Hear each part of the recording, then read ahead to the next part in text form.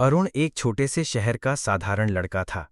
उम्र केवल 22 साल, लेकिन जिम्मेदारियां उससे कहीं बड़ी थीं। उसके पिता की नौकरी अचानक छूट गई थी और घर का खर्च माँ के छोटे मोटे काम और थोड़ी बहुत बचत से चल रहा था। घर की हालत इतनी खराब हो चुकी थी कि कभी कभी खाने के लिए भी सोचना पड़ता था।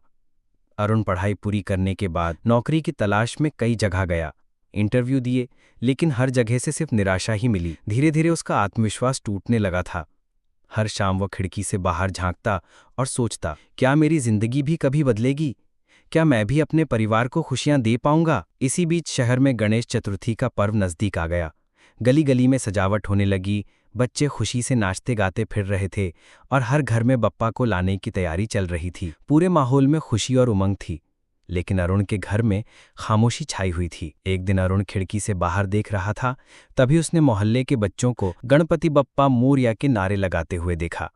उनके चेहरों की खुशी देखकर उसके मन में एक इच्छा जगी, क्यों ना मैं इस बार भी बप्पा को अपने तरीके से घर बुलाऊं, शायद बप्पा मेरी सुन ले। लेकिन समस्या ये थी कि घर में इतने पैसे नहीं थे कि वो बाजार से मूर्ति खरीद सके। उसके पास सिर्फ विश्वास और उम्मीद थी। उसी पल उसने तय किया कि वो खुद मिट्टी से गणेश जी की मूर्ति बनाएगा। ये उसका संकल्प बन गया। अरुण बाजार गया और थोड़ी सी मिट्टी खरीद लाया। रात रात भर वो मिट्टी गूंथता, आकार देता और फिर कई बार मिटाकर दोबारा बनाता। उसकी उंगलियों में छाले पड़ गए, लेकिन उसने हार नहीं मानी। उसकी माँ पास बैठी रहती और उसे देखती, कभी उसके माथे का पसीना पोंछ देती, कभी हौसला बढ़ाती। बेटा, जब बप्पा आते हैं तो दुख दर्द साथ ले जाते हैं, तू बस अपना विश्वास मत खोना। दिन बीते और आखिरकार अरुण ने एक सुंदर मूर्ति बना ली। वो भले ही पेशेवर मूर्तिकार नहीं था, लेकिन उसकी मेहनत और श्रद्धा ने उस मूर्ति में जान डाल दी थी। जब उसने मूर्ति पंडाल में रखी तो लोग हैरान रह गए। किसी ने सोचा भी नहीं होगा कि इतनी सुंदर मूर्ति अरुण ने अपने हाथों से बनाई होगी। सबने उसकी तारीफ की। पहली बार अरुण को लगा कि वो भी कुछ कर सकता है। गणेश चतुर्थी के दिन पंडाल में पूजा और आरती का समय आया।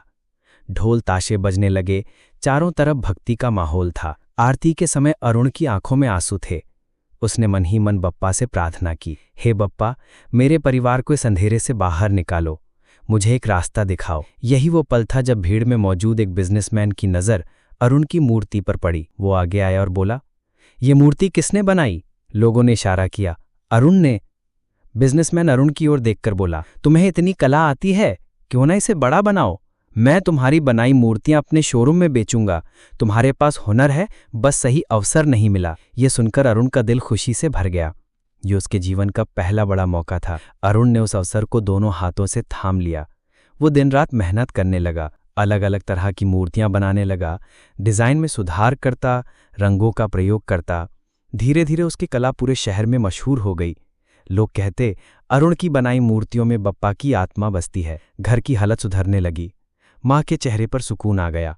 पिता फिर से हिम्मत जुटाने लगे। अरुण को अब विश्वास हो गया था कि बप्पा सच में अपने भक्तों की सुनते हैं। अगले साल गणेश चतुर्थी पर पूरे मोहल्ले में अरुण की बनाई मूर्ति सबसे बड़ी और सुंदर रखी गई। जहां पहले लोग उसे बेरोजगार और नाकाम मानते थे, अब वही लोग उसे कलाकार अरुण कहकर सम्मान देने लगे। बच्चे उसके पास आते और कहते, भैया, हमें भी मिट्टी से मूर्ति बनाना सिखाओ। अरुण अब सबके लिए प्रेरणा बन गया था। उसने अपनी जिंदगी के संघर्ष से सीखा कि हालात चाहे कितने भी कठिन क्यों ना हो, अगर इंसान मेहनत और विश्वास से काम करे तो रास्ता खुद ब खुद बन जाता है। जब विसर्जन का दिन आया, समुद्र किनारे गणपति बप्पा मोरया की गूंज थी। लोग नाचते गाते हुए मूर्ति विसर्जन कर रहे थे। अरुण हाथ जोड़कर खड़ा था। उसकी आंखों में आंसू थे, लेकिन इस बार वे आंसू दर्द के नहीं, बल्कि खुशी और कृतज्ञता के थे। उसने मन ही मन कहा, धन्यवाद बप्पा, आपने मुझे नया जीवन दिया। अब मैं कभी हार नहीं मानूंगा। सीख।